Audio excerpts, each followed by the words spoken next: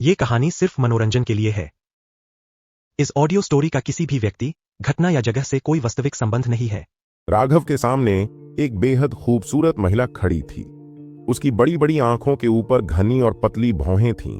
उसकी गोरी त्वचा पर हल्का गुलाबीपन छाया हुआ था और उसके होंठ चेरी के पंखुड़ियों की तरह गुलाबी और मोहक थे। उसके लंबे घने बाल उसकी कमर तक लहराते हुए गिर रहे थे। जब उसने राघव को अंदर आते देखा तो उसकी आंखें हल्के संकोच से झपक गईं। नजरें मिलीं और राघव कुछ पल के लिए स्तब्ध रह गया। वह युवती किसी कल्पना की दुनिया की परी की तरह लग रही थी। उसकी उपस्थिति से कमरे में एक अजीब सी रौनक भर गई थी। राघव अपनी जगह पर स्थिर खड़ा था, मानो उसे समय ने रोक दिया हो। लड़की ने झिझकते हुए नजरें झुका लीं और धीरे धीरे पीछे हट गई। तभी पास खड़ी रोहिणी ने एक प्यारी सी झिड़की दी। राघव, क्या कर रहे हो? सीमा को बधाई दो, वह तुम्हारी होने वाली दुल्हन है। दुल्हन शब्द सुनकर राघव के चेहरे पर आश्चर्य और थोड़ी हिचकिचाहट का मिश्रण उभरा। ऐसा लगा जैसे उसने इस बात की कल्पना तक नहीं की थी। अपनी मां की तीखी नजरों से बचने के लिए उसने झुककर कहा, नमस्ते सीमा जी। सीमा के चेहरे पर हल्की सी मुस्कान और लज्जा का संगम दिखा। वह थोड़ा पीछे हट गई और आंखें झुका लीं। उसकी नाजुक पलकें हल्की सी कांपीं, मानो कुछ कहना चाह रही हों, लेकिन शब्द उसके होंठों तक पहुंचने से पहले ही थम गए। रोहिणी ने दोनों को देखकर मुस्कुराते हुए कहा, सीमा, तुम और राघव थोड़ी देर बात करो, मैं चाय पकौड़े बना लाती हूं। कहकर वह रसोई की ओर चली गई। कमरे में अब सिर्फ राघव और सीमा रह गए। राघव ने पहली बार किसी इतनी खूबसूरत और मोहक महिला से अकेले सामना किया था। वह समझ नहीं पा रहा था कि क्या कहे। कुछ क्षण की खामोशी के बाद उसने धीमे स्वर में कहा, कृपया बैठिए। सीमा ने उसकी बात मानते हुए सिर हिलाया, लेकिन उसकी आंखों में एक अजीब सी बेचैनी झलक रही थी। कुछ देर चुप रहने के बाद उसने कहा, मुझे आपसे एक जरूरी बात करनी है। क्या हम यहां से बाहर जा सकते हैं? राघव थोड़ी उलझन में पड़ गया, लेकिन उसने सिर हिलाते हुए सहमति दे दी। दोनों शर्मा एस्टेट से बाहर निकलकर एक शांत जगह की ओर बढ़े। एक सुनसान जगह पर पहुंचकर सीमा ने अपने दुपट्टे के कोने से एक छोटी सी सील निकाली। राघव ने उसे देखते ही पहचान लिया। यह एक सम्मन अनुबंध था, जिसे केवल 20 टैमर्स इस्तेमाल कर सकते थे। सीमा ने मंत्र पढ़ते हुए सील को खोल दिया। तभी हवा में कंपन होने लगा। कुछ ही क्षण में एक विशाल शेर चील, जिसका सिर शेर का था और शरीर बाज का, वहां प्रकट हुआ। उसकी ऊंचाई 10 मीटर से भी अधिक थी। उसके आसपास एक राजसी आभा थी जो किसी को भी हतप्रभ कर सकती थी। राघव ने यह दृश्य देखा तो उसका मुंह आश्चर्य से खुला का खुला रह गया। उसने केवल किताबों में इस प्राणी के बारे में पढ़ा था। यह शेर चील, जो दूसरे दर्जे का जादुई जानवर था, अपनी पूर्ण शक्ति में नहीं था, लेकिन फिर भी वह साधारण साधकों से कहीं अधिक शक्तिशाली था। वह विशाल जानवर सीमा के सामने आश्चर्यजनक रूप से विनम्र था। उसने चुपचाप सिर झुकाया और जमीन पर लेट गया। राघव की आंखों में अभी भी विस्मय था। सीमा की ओर देखते हुए उसने धीमे स्वर में कहा, यह तुमने कैसे किया? सीमा ने उसकी ओर देखते हुए धीमे से कहा, यह कहानी लंबी है, लेकिन यह जान लो राघव, तुमसे मिलने का उद्देश्य सिर्फ शादी नहीं है। हमारे सामने कुछ ऐसा है जो तुम्हारी कल्पना से परे है। सीमा धीरे से शेर चील की पीठ पर चढ़ गई और मुस्कुराते हुए राघव की ओर देखा। उसने कहा, आओ ऊपर चढ़ो। राघव ने सीमा की ओर देखा। उसकी आवाज में हल्की सी जल्दी और गंभीरता महसूस हुई। थोड़ा झिझकते हुए उसने खुद को तैयार किया और धीरे धीरे चढ़ने की कोशिश की। यह पहली बार था जब राघव किसी जादुई जानवर की पीठ पर सवार हो रहा था। उसका दिल तेजी से धड़क रहा था और उसके मन में एक अजीब डर था कि कहीं यह जानवर अचानक हिंसक न हो जाए। लेकिन जैसे ही शेर चील ने अपने विशाल पंख फैलाए और उन्हें हवा में ले उड़ा, उसकी घबराहट चरम पर पहुंच गई। हवा में एक तेज झटका महसूस होते ही राघव का संतुलन बिगड़ गया। वह लगभग गिर ही पड़ा था, लेकिन तभी सीमा का हाथ उसकी तरफ बढ़ा। उसके हल्के और गर्म स्पर्श ने उसे सहारा दिया। संभलने के बाद राघव ने झिझकते हुए कहा, माफ करना, मैं थोड़ा नया हूं इसमें। सीमा उसकी बात सुनकर मुस्कुरा दी। उसकी मुस्कान में हंसी और थोड़ी दया थी, लेकिन तुरंत ही उसने अपने हाव भाव को संयमित कर लिया और सिर झुका लिया। शेर चील की उड़ान बेहद तेज थी। कुछ ही मिनटों में वे शाही राजधानी से दूर होकर सूर्यास्त पर्वत की ओर जा पहुंचे।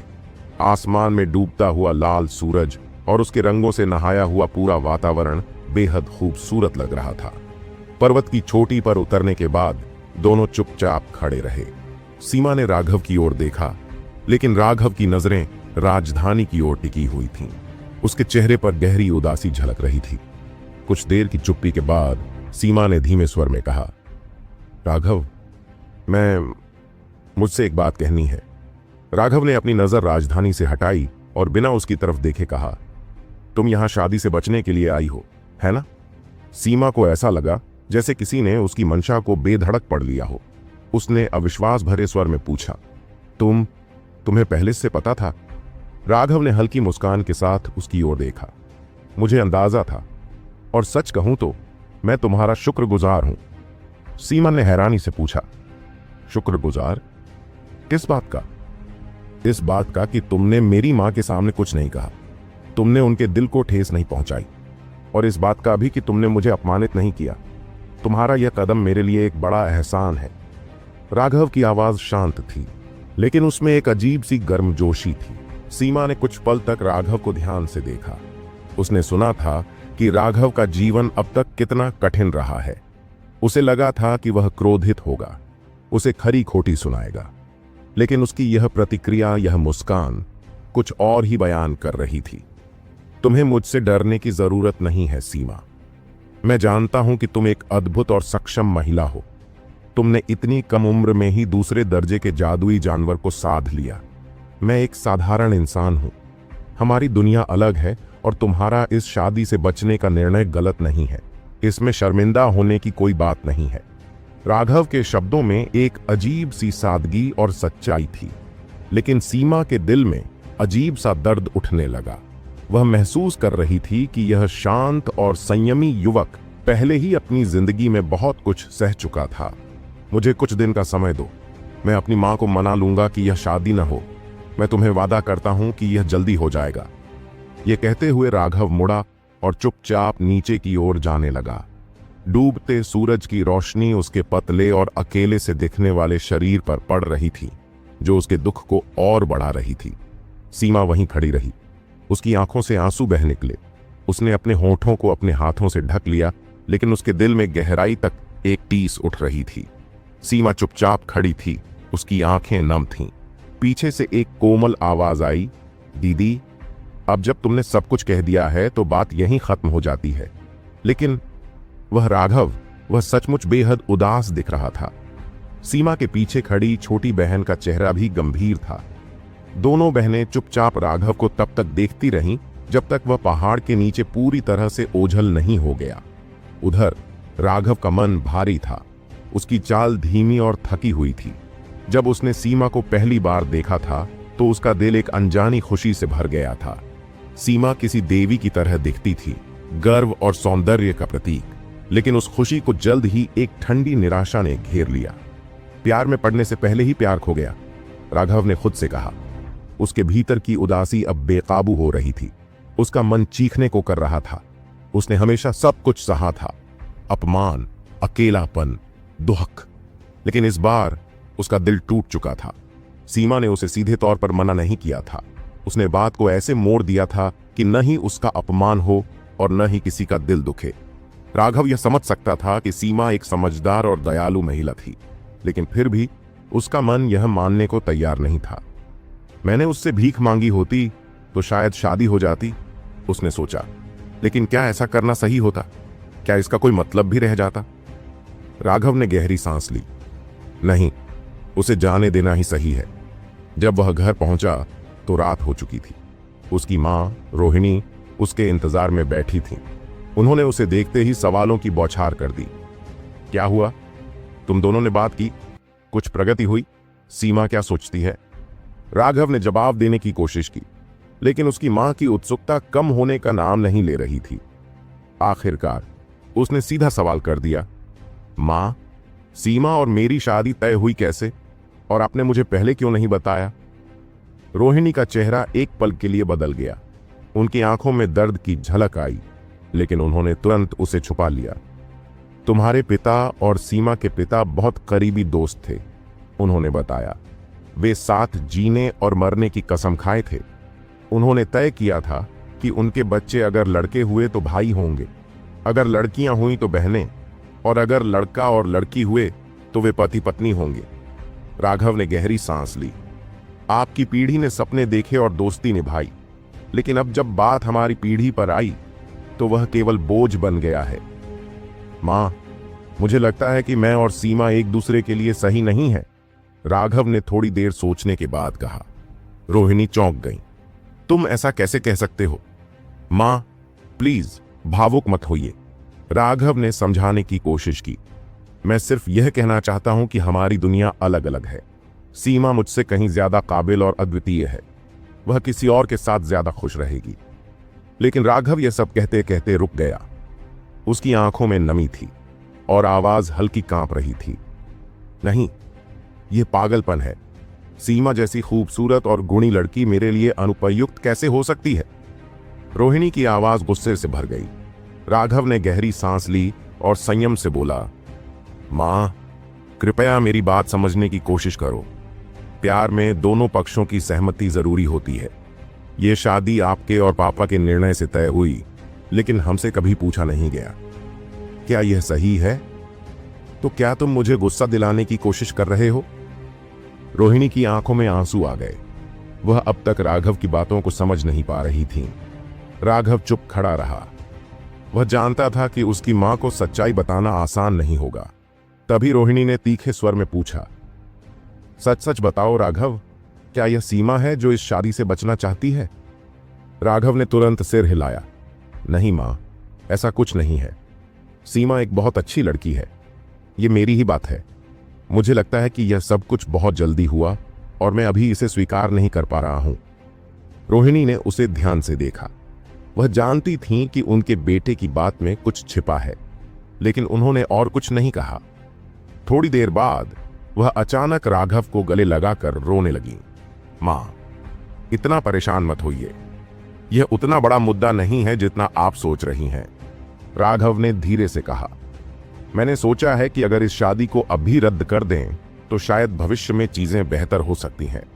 कौन जानता है, मैं अपनी मेहनत और योग्यताओं से सीमा का दिल जीत लूं। रोहिणी ने गहरी आह भरी। यह इतना आसान नहीं है बेटा। सीमा जैसी लड़की के पीछे न जाने कितने लोग होंगे। बिना इस शादी के अनुबंध के तुम्हारे पास मौका कहां से आएगा? लेकिन मां, मैं इसे जबरदस्ती नहीं करना चाहता। यह मेरी जिंदगी की सबसे अहम बात है। अगर यह प्यार से होगा तो ही यह रिश्ता सही मायनों में सफल होगा। रोहिणी ने लंबी सांस ली और बोली, तुम्हारी बात में दम है। यह तुम्हारी जिंदगी है और अब तुम समझदार हो गए हो। फैसला तुम्हारा ही होगा। धन्यवाद मां, राघव ने राहत महसूस की। इसके बाद रोहिणी उठी और अलमारी के ऊपर रखे एक पुराने लकड़ी के बक्से से एक कागज निकाला। उसे हाथ में थमाते हुए बोली, यह तुम्हारा विवाह अनुबंध है। अगर तुम सच में इससे बाहर निकलना चाहते हो तो इसे फाड़ दो।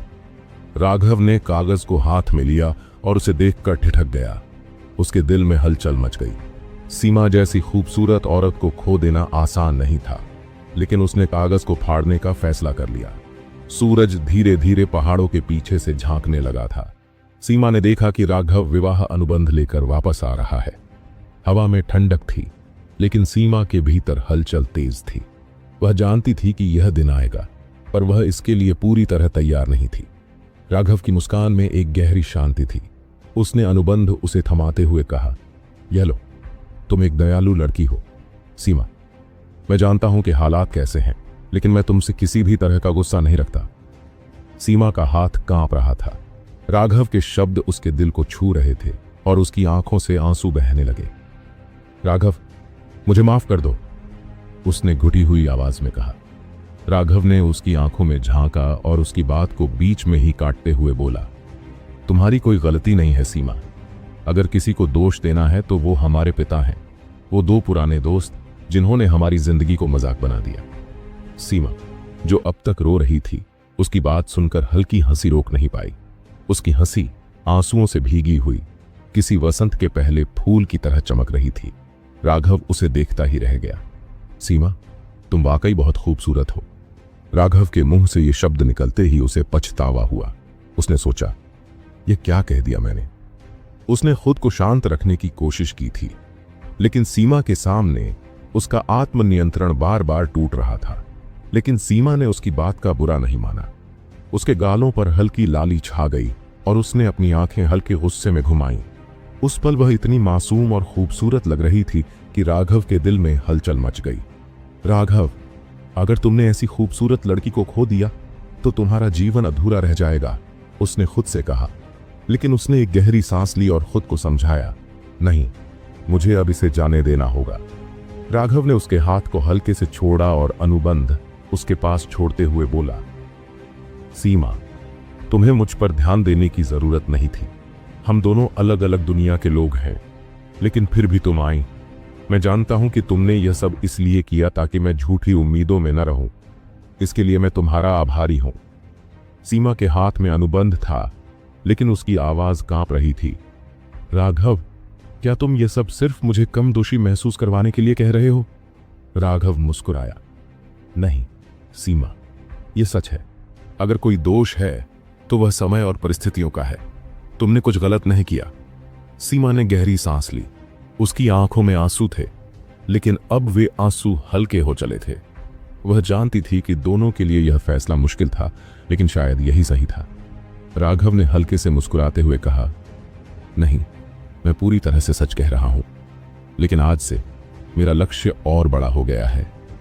सीमा ने उसकी ओर देखते हुए सवाल किया, यह क्या मतलब है?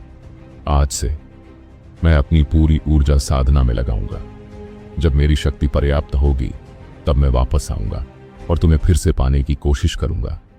यह विवाह अनुबंध अब भले ही अमान्य हो, पर मैं इसे अपनी नई शुरुआत मानता हूं।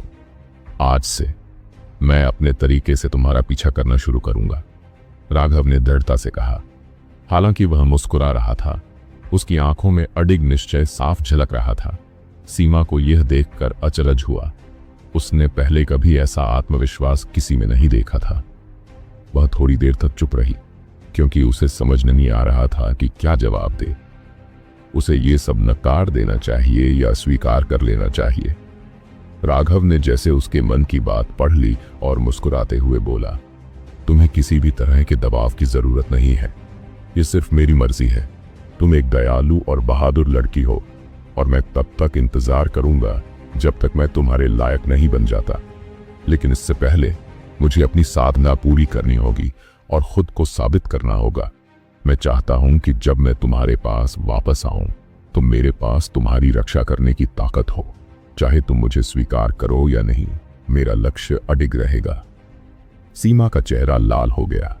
उसने कभी नहीं सोचा था कि कोई इस तरह से अपनी भावनाओं को व्यक्त कर सकता है। साधना में आने के बाद उसकी जिंदगी बदल चुकी थी और वह अब तक इस तरह के निजी और दिल से जुड़े हुए शब्दों से बचती रही थी। लेकिन राघव के चेहरे पर दृढ़ता और उसकी आवाज की ईमानदारी ने सीमा को सोचने पर मजबूर कर दिया। वह जानती थी कि राघव की बातों में गहराई थी।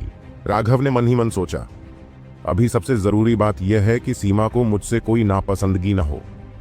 यह मेरे लिए पहला कदम है। धीरे धीरे मैं उसके दिल को छूने की कोशिश करूंगा। अचानक एक अजीब सी आभा ने वातावरण को भर दिया। सीमा के चेहरे के भाव बदल गए। वह तुरंत राघव के सामने आ गई और अपने हाथों से उसे पीछे हटाया। पीछे रहो राघव, उसने शांत लेकिन दृढ़ आवाज में कहा। राघव समझ नहीं पाया कि क्या हो रहा है, लेकिन सीमा की गंभीरता देखकर उसने उसकी बात मान ली। वह बस देखता रहा कि सीमा ने अपने आप को मुकाबले के लिए तैयार कर लिया। कुछ ही पलों में एक विशाल ततैया प्रकट हुई। उसका शरीर लगभग 15 मीटर लंबा था और उस पर गहरी चमकदार धारियां थीं। राघव का दिल दहशत से भर गया। यह ब्लड रेज ततैया है, राघव बुदबुदाया। यह एक खतरनाक जादुई प्राणी था, जिसे चुनौती देना तो दूर, उसकी मौजूदगी भी डराने के लिए काफी थी। सीमा ने उसे शांत रहने का संकेत दिया। उसने ततैया का सामना करने के लिए खुद को तैयार कर लिया। उसके चेहरे पर कोई डर नहीं था। राघव ने उसकी पीठ की ओर देखा और सोचा, आज तुम मेरी रक्षा कर रही हो, लेकिन मैं कसम खाता हूं एक दिन ऐसा आएगा जब मैं हमेशा तुम्हारे आगे खड़ा रहूंगा। वह विशालकाय ब्लड रेज ततैया जमीन पर उतरी और उसकी भयानक गर्जना चारों तरफ गूंज उठी। अचानक उसकी पीठ से एक युवक नीचे कूद पड़ा। युवक लगभग 20 साल का लग रहा था। उसकी लंबी कदकाठी और तीखे नैन नक्श उसे प्रभावशाली बना रहे थे, लेकिन उसकी आंखों में छुपा अहंकार उसकी छवि को धुंधला कर रहा था। जैसे ही उसकी नजर सीमा पर पड़ी, उसके चेहरे पर एक अजीब चमक आ गई। वह धीरे से मुस्कुराया और बोला, जूनियर प्रशिक्षु बहन, गुरुजी बहुत नाराज हैं कि तुम इतने समय से वापस नहीं लौटी। उन्होंने मुझे तुम्हें वापस लाने के लिए भेजा है। सीमा ने उसकी बात का जवाब देने से पहले ही राघव की ओर देखा। युवक की नजर जैसे ही राघव पर पड़ी, उसकी भौहें तन गईं। उसकी आंखों में एक क्षणिक ठंडक आई, लेकिन उसने उसे जल्दी ही छुपा लिया। यह कौन है? कहीं यह वही? उसने सवाल किया, लेकिन अपनी बात अधूरी छोड़ दी। सीमा ने जल्दी से बात संभालते हुए कहा, कुछ नहीं, मैं बस इस युवा व्यक्ति से कुछ सवाल पूछ रही थी। उसकी आवाज में एक हल्की घबराहट थी, लेकिन उसने अपना चेहरा शांत रखने की कोशिश की। सीमा ने राघव की ओर देखते हुए कहा, युवा गुरु, आपकी मदद के लिए धन्यवाद। उसकी आंखों में कई भाव थे, आभार, उदासी और शायद एक अधूरी कहानी। लेकिन इससे पहले कि राघव उन्हें समझ पाता, सीमा ने तेजी से अपने घोड़े पर चढ़कर वहां से प्रस्थान कर लिया। उस युवक ने राघव की ओर एक सख्त नजर डाली। उसने अपने हाथ से इशारा किया और एक पारदर्शी तीर हवा में प्रकट हुआ, सीधा राघव की ओर। राघव अभी भी सीमा के बारे में सोच रहा था। उसे इस अप्रत्याशित हमले की उम्मीद नहीं थी। वह खुद को बचाने में असमर्थ था। वह तीर आत्मिक शक्ति से भरा हुआ था। यदि यह तीर साधारण इंसान को लग जाता तो उसकी आत्मा इतनी बुरी तरह से क्षतिग्रस्त हो जाती कि वह पूरी तरह टूट जाता। राघव ने जल्दबाजी में अपनी आध्यात्मिक शक्ति से उसे रोकने की कोशिश की, लेकिन उसे पता था कि यह पर्याप्त नहीं होगा। उसने कभी आत्मिक कला का अभ्यास नहीं किया था। तभी एक और तीर हवा में प्रकट हुआ और पहले तीर को बीच में रोक दिया। एक तेज विस्फोट हुआ, जिससे राघव कुछ फीट पीछे जा गिरा। वरिष्ठ प्रशिक्षु कुणाल, गुरुजी यह जानकर बहुत नाराज होंगे कि तुमने एक साधारण इंसान पर हमला किया। एक महिला की आवाज ने हवा को चीर दिया। राघव ने ऊपर देखा। एक महिला उनके पास खड़ी थी। उसकी आंखों में सख्ती थी, लेकिन वह शांत लग रही थी। कुणाल का चेहरा थोड़ा बदल गया, लेकिन उसने अपनी हंसी छुपाते हुए कहा, जूनियर प्रशिक्षु बहन, तुम गलत समझ रही हो। मैं बस उसे परख रहा था। भला मैं इसे चोट पहुंचाने की सोच भी कैसे सकता हूं? राघव का चेहरा सख्त हो गया। उसे पता था कि कुणाल का इरादा उसे अपंग बनाने का था, लेकिन इससे ज्यादा उसे कुणाल की सीमा को दी गई नजरों पर गुस्सा आ रहा था। महिला ने राघव की ओर देखा और मुस्कुराकर कहा, युवा गुरु, यह पवन आत्मा मंडप का एक आंतरिक शिष्य है। इसकी साधना बहुत ऊंची है। तुम्हें भी अपने आप को मजबूत बनाना होगा। फिर उसने कुणाल की ओर इशारा किया और कहा, वरिष्ठ प्रशिक्षु कुणाल, चलो, गुरुजी इंतजार कर रहे होंगे। कुणाल ने राघव की ओर देखा, एक हल्की हंसी के साथ। फिर वह ब्लड रेस ततैया पर चढ़ गया और महिला के साथ वहां से चला गया। राघव ने कुणाल को जाते हुए देखा और मन ही मन कसम खाई, यह अपमान मैं कभी नहीं भूलूंगा। एक दिन इसे इसका हिसाब चुकाना होगा। थोड़ी देर शांत रहने के बाद उसने गहरी सांस ली। उसके मन में एक बात स्पष्ट थी, चाहे जो भी हो, आज का दिन उसकी जिंदगी के लिए एक महत्वपूर्ण मोड़ साबित होगा। सीमा भले ही चली गई थी, लेकिन जाते समय उसने विवाह अनुबंध को अपने साथ रखा था। उसने इसे फाड़ा नहीं। यह छोटी सी बात राघव के लिए बहुत बड़ी उम्मीद बन गई थी, लेकिन साथ ही राघव को यह एहसास भी हुआ कि उसे अब बहुत ज्यादा जरूरत महसूस हो रही है। सीमा जैसी अद्वितीय और आकर्षक महिला का सामना कितने लोग कर सकते हैं? और फिर उस घटिया कुणाल का तो सवाल ही कुछ और था। उसकी उम्मीदें किसी भी पल धराशायी हो सकती थीं। अगर वह कुणाल से पीछा छुड़ा भी लेता तो और भी ऐसे लोग आ जाते जो उसकी राह में रुकावट बनते। फिर भी उसे किसी भी हालत में अपनी साधना को बढ़ाना था। हालांकि उसने कीमियागर गिल्ड का प्रतीक प्राप्त कर लिया था, लेकिन यह एक तटस्थ शक्ति थी जो किसी भी संघर्ष में भाग नहीं लेती थी। अब उसे अपनी पूरी ताकत पर निर्भर रहना था। कुछ सालों से उसकी हालत बहुत खराब हो चुकी थी। उसे शक था कि शायद कोई उसकी मां और उसका इस्तेमाल करके उसके पिता को नियंत्रित कर रहा था। हाल ही में उसके पिता ने कई बार शाही परिवार के सम्मान का जवाब देने से मना कर दिया था। यह शायद इस वजह से था कि उन्हें पहले से ही किसी प्रकार का खतरा महसूस हो रहा था। जितना ज्यादा समय यह मामला खींचेगा, मां बेटे का महत्व उतना ही घटेगा और वे उतने ही अधिक खतरे में होंगे। घर वापस लौटकर राघव ने खुद को कमरे में बंद कर लिया और आदेश दिया कि कोई भी उसे परेशान न करे। फिर उसने अपनी स्थानिक अंगूठी से चिकित्सा सामग्री निकाली। कुछ समय पहले जब वह कीमियाघर संघ में था, संजय ने उसे एक तांबे और सोने की कढ़ाई दी थी जो उसकी बहुत मददगार साबित हो सकती थी। कीमियाघर के लिए कढ़ाई एक बेहद आवश्यक उपकरण होती है जिसमें बहुत सारी तकनीकी और रहस्यमयी शक्तियां समाहित होती हैं। राघव की पुरानी कढ़ाई पूरी तरह से बेकार हो चुकी थी। यह न केवल ज्यादा गर्मी खो देती थी, बल्कि इससे बनी गोलियां भी गुणवत्ता में कमजोर होती थीं। इसके अलावा कढ़ाई के बारे में सबसे बड़ा फर्क यह था कि पुरानी कढ़ाई स्वर्ग और पृथ्वी की आध्यात्मिक ऊर्जा को ठीक से सील नहीं कर सकती थी, इसलिए वह ऊर्जा बाहर निकल जाती और अशुद्धियां अंदर चली जाती, जिससे कोई अच्छी दवाएं बन पाना असंभव था। कढ़ाई बनाने के लिए एक कुशल कारीगर की जरूरत होती है, लेकिन राघव की पुरानी कढ़ाई एक साधारण कारीगर द्वारा बनाई गई थी।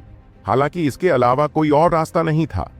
एक अच्छे कढ़ाई की कीमत लाखों सोने के सिक्कों के बराबर हो सकती थी, जो राघव के लिए वहन करना संभव नहीं था। संजय द्वारा दी गई कढ़ाई एक उच्च गुणवत्ता की औषधीय कढ़ाई थी, जो सिर्फ प्रशिक्षु और अनुभवी साधकों के लिए उपयुक्त थी। अब इस नई कढ़ाई के साथ राघव के पास अंततः उचित साधन थे। मुझे अपनी गति बढ़ानी होगी। अगर ऐसा नहीं किया तो भविष्य में जो मेरी पत्नी बनेगी वह भी मुझे छोड़ सकती है, राघव ने मन में ठान लिया। एक धीमी सी आवाज के साथ गोली की भट्टी थोड़ी देर के लिए हिली, फिर शांति छा गई। 9 मोटी मोटी औषधीय गोलियां चुपचाप अंदर पड़ी थीं। उनमें से एक घनी ताजी औषधीय खुशबू आ रही थी। राघव की आंखों में संतुष्टि की झलक थी और उसने मुस्कुराते हुए एक गोली निकाली। वह पूरी तरह से चिकनी और गोल थी, हल्की सी चमक के साथ, और उस पर हल्की रेखाओं की परत भी थी। हालांकि गोली की रेखाएं थोड़ी धुंधली हैं और इसका रंग पूरी तरह से परिपक्व नहीं हुआ, जिसका मतलब है कि गोली ने कुछ आध्यात्मिक ऊर्जा खो दी है। फिर भी यह अब भी मध्यम श्रेणी की गोली के स्तर पर है, राघव ने खुद से कहा। यह उसकी पहली कोशिश थी जब उसने मध्यम श्रेणी की औषधीय गोलियां बनाई थीं। गोली की गुणवत्ता गोली भट्टी, लौ और आध्यात्मिक शक्ति पर निर्भर करती है। इनमें से किसी में भी कमी नहीं हो सकती थी।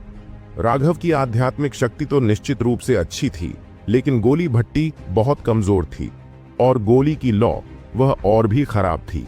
इस स्थिति में एक औसत स्तर की गोली भट्टी और सबसे खराब गोली लौ का इस्तेमाल करके एक अच्छी गोली बनाना यह कोई साधारण बात नहीं थी। शायद यही कारण था कि राघव, जो एक गोली भगवान की आत्मा से जुड़ा हुआ था, ही ऐसा कर सकता था। थोड़े समय में राघव ने गोलियों के 20 बैच तैयार कर दिए थे, जिनसे 100 से अधिक निम्न श्रेणी की समृद्ध गोलियां बन चुकी थीं, जो अब चुपचाप उसकी स्थानिक अंगूठी में पड़ी थीं। राघव ने एकटक सुनने की कोशिश की कि उसके एकांत में क्या हो रहा था। कैलाश अब मारा जा चुका था तो कोई खतरा नहीं था। शाही राजधानी ने उसे मारने वाले को पकड़ने के लिए इनाम घोषित किया था, लेकिन उसकी जांच में तात्कालिकता जल्दी खत्म हो गई। राघव ने व्यंग्य करते हुए सोचा, चाहे वह सिर्फ दिखावा कर रहे हों, कम से कम यह तो करना चाहिए था। क्या उन्हें लगता है कि मैं कोई मूर्ख हूं? एक महान उत्तराधिकारी को यूं ही मार डाला गया। इस मामले को ऐसे ही खत्म करना सच में पागलपन की हद तक साहसिक था। हालांकि राघव को यह सब समझ में आ गया था, फिर भी उसने अभी तक किसी तरह की कार्रवाई करने की हिम्मत नहीं जुटाई। उसे अभी एक निश्चित ताकत चाहिए थी और बिना उसे हासिल किए वह खुद को खतरे में नहीं डाल सकता था। उसके पिता इस समय सीमा पर तैनात थे और उन्हें इस बारे में कुछ भी जानकारी नहीं थी कि यहाँ क्या चल रहा था। शाही राजधानी के नियमों के अनुसार बाहर तैनात जनरलों को उनके परिवारों को राजधानी से बाहर भेजने की अनुमति नहीं थी, ताकि वे सिर्फ आदेशों का पालन करने में ही व्यस्त रहें। राघव को इस बात का बिल्कुल भी अंदाजा नहीं था कि इस समय उसके पिता के साथ क्या हो रहा है। उसे सिर्फ इतना पता था, जो उसने अब तक अनुमान लगाया था, कि उसके पिता कभी भी वापस नहीं आएंगे। उनकी कुलीन संपत्ति हमेशा व्यस्त रहती थी, लेकिन जैसे जैसे राघव बड़ा हुआ और उसके पिता सीमा पर लड़े, उतने ही लोग मिलना कम हो गए। अब तो नए साल का जश्न भी उनके घर में बिना किसी मित्र के मनाया जाता था। कुछ सालों से शर्मा परिवार की स्थिति लगातार गिर रही थी और शाही राजधानी में उनकी स्थिति भी कमजोर होती जा रही थी। राघव के साथ ही कुलीन उत्तराधिकारियों ने भी उसे अपने निशाने पर ले लिया था, लेकिन सीमा दमन मार्क्विस से अब तक एक छोटी सी भी खबर नहीं आई। राघव अपने पिता के प्रति थोड़ी नाराजगी महसूस करने से खुद को रोक नहीं सका, लेकिन जब भी वह इस बारे में अपनी मां से बात करता तो वह उसे कड़ी फटकार लगाती। कुछ दिन पहले जब राघव ने जागने के बाद स्थिति का जायजा लिया तो उसे एहसास हुआ कि कुछ गड़बड़ है। पहले वह इस मामले को बहुत ही सरलता से देखता था। वह सोचता था कि पिता द्वारा बार बार बुलावे का इनकार उनके व्यक्तिगत कारणों की वजह से है, सिर्फ बर्बर जनजातियों से लड़ाई की वजह से नहीं। अगर उन्होंने 1 या 2 बार मना किया होता तो बात अलग थी, लेकिन जब से वह कई बार बुलावे का जवाब देने से मना कर चुके थे, शाही राजधानी के रईसों का असंतोष बढ़ने लगा था। कुछ लोग तो गुपचुप तरीके से अफवाहें फैलाने लगे थे कि विक्रम विद्रोह की योजना बना रहे हैं, लेकिन इन अफवाहों के बावजूद विक्रम की तरफ से कोई प्रतिक्रिया नहीं आई। 3 साल पहले शाही परिवार ने उन्हें कोई भी सम्मन भेजना बंद कर दिया था। इसके बाद से शर्मा परिवार की स्थिति और भी बिगड़ने लगी। सबसे पहले उनका वजीफा काट दिया गया, जिससे आय बंद हो गई और वे जल्दी ही गरीबी में चले गए। फिर कुलीन उत्तराधिकारियों ने भी राघव को धमकाना शुरू कर दिया। इसके अलावा पिछली बार जब राघव को पीटा गया था तो उस बूढ़े ठग ने शर्मा परिवार से काफी पैसा ठग लिया था। इसने राघव को पूरी तरह से यकीन दिला दिया कि कुछ न कुछ गड़बड़ तो जरूर है। कोई न कोई उसे और उसकी मां को हताश करने की कोशिश कर रहा था।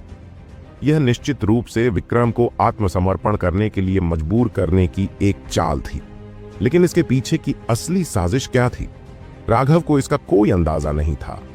फिर भी वह इस बात से पूरी तरह से आश्वस्त था कि कम से कम एक व्यक्ति तो था जो उसके पिता के खिलाफ षड्यंत्र रच रहा था, और वह व्यक्ति बहुत ही शक्तिशाली था।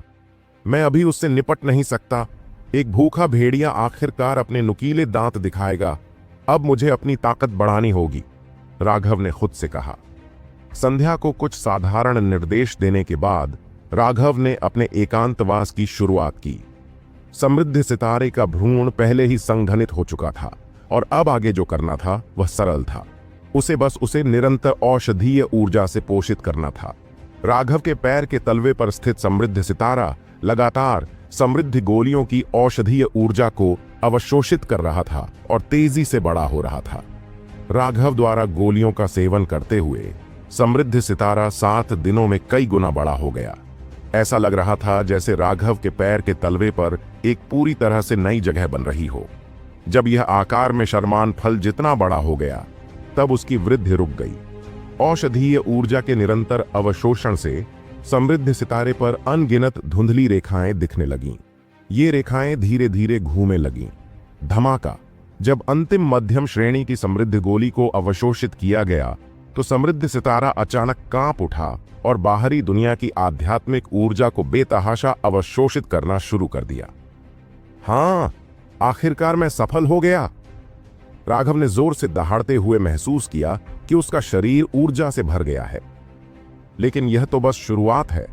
असुरा सूत्रा बॉडी आर्ट के मुताबिक हर सितारे को पूर्ण बनने के लिए 9 रूपांतरणों की आवश्यकता होती है। मेरा समृद्ध सितारा अभी केवल एक प्रारंभिक पूर्ण रूप में पहुंचा है, तो अगर मैं इसे बाहरी दुनिया की खेती के संदर्भ में देखूं तो यह आध्यात्मिक ऊर्जा के संघनन के पहले स्वर्ग चरण तक भी नहीं पहुंचा है। हवा में 3 घूंसे मारते हुए उसकी ताकत ने हवा को गूंजायमान कर दिया। उसके कानों के पर्दे तक हिलने लगे और दीवार बुरी तरह से हिलने लगी, मानो वह गिरने वाली हो। वह बिना किसी आध्यात्मिक ऊर्जा का उपयोग किए और केवल अपने भौतिक शरीर की शक्ति पर निर्भर रहते हुए इतनी ताकत को मुक्त करने में सक्षम था। राघव खुशी से उन्मत्त हो उठा। हालांकि इसमें कुछ खामियां थीं, खासकर प्रशिक्षण की धीमी गति, लेकिन असुरा सूत्रा बॉडी आर्ट की ताकत अद्वितीय थी। यह तो बस पहले ही स्वर्ग मंच पर था और अभी वह इतना शक्तिशाली हो गया था कि उसने एक पत्थर की चक्की को अपनी मुट्ठी से कुचल डाला था।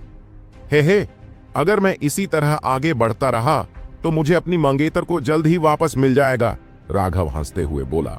और सीमा के चेहरे के बारे में सोचते हुए उसके मन में एक जलती हुई इच्छा जाग उठी। अगली बार जब मैं उस घटिया कुणाल को देखूंगा तो उसे इतनी बुरी तरह पीटूंगा कि उसे ऊपर नीचे का पता भी नहीं चलेगा। तभी अचानक राघव ने अपना सिर ताली बजाई। एकांतवास में इतना ध्यान केंद्रित करने के बाद वह भूल गया था कि आज इंपीरियल कॉलेज जाने का दिन था। दिन की रोशनी फैलते देख उसने जल्दी से नए कपड़े पहने और इंपीरियल कॉलेज की ओर दौड़ पड़ा। पूरे रास्ते भर उसकी मुस्कान न चेहरे से हटी। उसे खुशी हुई यह जानकर कि उसका समृद्ध सितारा अब आध्यात्मिक ऊर्जा का एक बड़ा भंडार जमा करने में सक्षम था। भविष्य में जब वह गोलियों को परिष्कृत करेगा तो उसे अपनी आध्यात्मिक ऊर्जा के अपर्याप्त होने की चिंता नहीं होगी। पिछली बार जब उसने कैलाश से लड़ा था तो राघव ने बुल की आत्मा का इस्तेमाल किया था और उसे यह बेहद शक्तिशाली महसूस हुआ था। उसने कैलाश को एक ही वार में हराया था, लेकिन उस एक वार ने उसकी सारी आध्यात्मिक शक्ति खत्म कर दी थी। अब उसे इसके बारे में चिंता करने की जरूरत नहीं थी। समृद्ध सितारे में जितनी आध्यात्मिक ऊर्जा जमा हुई थी, उसे देखकर राघव ने अनुमान लगाया कि उसके पास अब इतनी ऊर्जा है कि वह दर्जनों बार बुल की आत्मा का उपयोग कर सकेगा। यही अंतर था भ्रूण रूप और प्रारंभिक समृद्ध सितारे में। सबसे बड़ी बात यह थी कि साधना के आधार में वृद्धि के साथ साथ उसकी शारीरिक शक्ति भी तेजी से बढ़ी थी। हालांकि उसने इसका परीक्षण नहीं किया था, लेकिन यह निश्चित था कि अब वह अपने दुश्मनों को डराने के लिए काफी शक्तिशाली था। खुद से उत्साहित होते हुए वह इंपीरियल कॉलेज पहुंच गया। जैसे ही वह साहित्य हॉल में दाखिल हुआ, हॉल में पहले जो शोर था वह एकदम शांत हो गया। कैलाश की मृत्यु ऐसी घटना थी जिसे बहुत से लोग स्वीकार नहीं कर पा रहे थे। सभी कुलीन उत्तराधिकारी जिन्होंने राघव का मजाक उड़ाया था, अब डर के साए में थे। हाँ, राघव, रघु और बाकी लोग खुशी से हंसते हुए उसके पास आ गए। राघव, आप दिन ब दिन और खूबसूरत होते जा रहे हैं। राघव, कृपया बैठिए। राघव, थोड़ा चाय पी लो। राघव, मैं तुम्हारी पीठ की मालिश कर देता हूं। राघव ने हंसते हुए डांटा। इस सब बकवास की कोई जरूरत नहीं है, लेकिन अगर तुम मुझे कुछ खाने को दे सको तो अच्छा रहेगा, क्योंकि मैंने अभी तक नाश्ता नहीं किया। राघव को बैठने के लिए एक कोना मिल गया। रघु पहले से ही खाने पीने की चीजें लेकर आ चुका था और बाकी सब लोग पूरी तरह से राघव के आसपास ही थे। राघव इस समय वास्तव में भूखा था, क्योंकि पिछले कुछ दिनों से उसने सिर्फ गोलियां ही खाई थीं और अब वह उनसे उब चुका था। उसने जल्दी से पानी पी लिया। कुछ देर खाने के बाद कुणाल भी आ गया और उसे देखकर हाथ हिलाया। जैसे ही वह आगे बढ़ा, राघव ने उसे एक जेड की बोतल थमा दी। यह लो, कुछ समय में तुम हमारी पीढ़ी के पहले रक्त संघनन साधक बन जाओगे। राघव की आवाज बहुत तेज नहीं थी, लेकिन रघु और अन्य लोगों ने उसे साफ साफ सुना। वे हैरान रह गए और एक दूसरे का चेहरा देखने लगे। कुणाल भी चौंक गया और जल्दी से जेड की बोतल खोली। जैसे ही बोतल खोली, एक बहुत ही घनी गोली की खुशबू फैल गई। अंदर एक गोल औषधीय गोली नजर आई। ये क्या है? राघव मुस्कुराया और उदासीनता से बोला, संक्षेपण गोली। दूसरों को शायद यह न पता हो कि संक्षेपण गोली क्या होती है, लेकिन आध्यात्मिक ऊर्जा कंडेंसेशन के 8वें स्वर्ग स्तर तक पहुंच चुके कुणाल को यह अच्छे से पता था। 9वें स्वर्ग स्तर पर कंडेंसेशन गोली एक ऐसा खजाना होती है जिसे हर साधक पाने का सपना देखता है। इस गोली में इतनी ऊर्जा होती है कि जो भी साधक आध्यात्मिक ऊर्जा संघनन के शिखर पर होगा, वह इसे खाकर रक्त संघनन के दायरे में जल्दी प्रवेश कर सकता है। संघनन गोलियां आध्यात्मिक ऊर्जा संघनन साधकों के लिए अत्यंत मूल्यवान होती है, लेकिन इनका बाद के चरण के साधकों के लिए कोई खास उपयोग नहीं होता। इसे परिष्कृत करना बहुत कठिन होता है। असफलता की दर भी बहुत अधिक होती है, खासकर जब गोली के संघनन बिंदु की बात होती है। अधिकांश कीमियागर इसके परिष्करण में विफल रहते हैं। एक साधारण कंडेंसेशन गोली की कीमत 10 लाख स्वर्ण सिक्कों से अधिक होती है और बाजार में ऐसी गोलियां आसानी से नहीं मिलती। 1 मिलियन सोना तो कुणाल के लिए कल्पना से बाहर था। राघव, इसकी चिंता मत करो। चूंकि मैंने तुम्हें यह दी है तो इसे ले लो। जो तुम्हारा है उसे लेने में मुझे कोई हिचकिचाहट नहीं हुई, इसलिए अब मेरे प्रति भावुक मत हो जाओ, राघव ने हाथ झटकते हुए कहा। कुणाल ने सिर झुकाया और इस समय कुछ भी कहने के लिए उसके पास शब्द नहीं थे। अपनी गहरी भावनाओं को दबाते हुए उसने कहा, ठीक है, जब मैं आध्यात्मिक ऊर्जा कंडेंसेशन के 9वें स्वर्ग स्तर पर पहुंच जाऊंगा तो इसे खा लूंगा। इंतजार करने की कोई जरूरत नहीं है। क्या तुम इसके ऊपर की रेखाएं नहीं देख सकते? घर पहुंचते ही तुम इसे ले सकते हो। तुम जल्दी ही रक्त संघनन क्षेत्र में पहुंच जाओगे। तभी कुणाल ने देखा कि औषधीय गोली पर हल्की धारियां थीं। वह चौंकते हुए बोला, यह तो एक मध्यम श्रेणी की औषधीय गोली है। इसका मतलब था कि इसका मूल्य कई गुना बढ़ गया था। जल्दी करो, इसे ले लो। हम भाई बहनों के बीच कोई भी फालतू बातें नहीं होनी चाहिए, राघव ने कहा। कुणाल की आंखें लाल हो गईं जब उसने औषधीय गोली ली। गोलियों की तुलना में राघव की दोस्ती ने उसे कहीं ज्यादा प्रभावित किया। राघव, रघु और बाकी लोग शायद नहीं जानते थे कि संक्षेपण गोली क्या होती है, लेकिन वे स्वाभाविक रूप से समझ गए थे कि औषधीय गोलियां किसी खजाने से कम नहीं होती। अब वे भूखे भेड़ों की तरह राघव को घूर रहे थे। उनकी तीव्र चीखों से राघव के रोंगटे खड़े हो गए और उसने तुरंत उन्हें रोकते हुए कहा, चिंता मत करो, मैंने पहले ही कहा है कि मैं तुम्हारी मदद करूंगा। इन लोगों का साधना में न सफल होने का असली कारण यह था कि उनकी आत्मा की जड़ें बहुत कमजोर थीं। यही वजह थी कि वे ची को महसूस नहीं कर पा रहे थे। दूसरों के पास शायद इसका हल नहीं था, लेकिन राघव कौन था? उसके पास वैद्यराज के अनुभवों का खजाना था।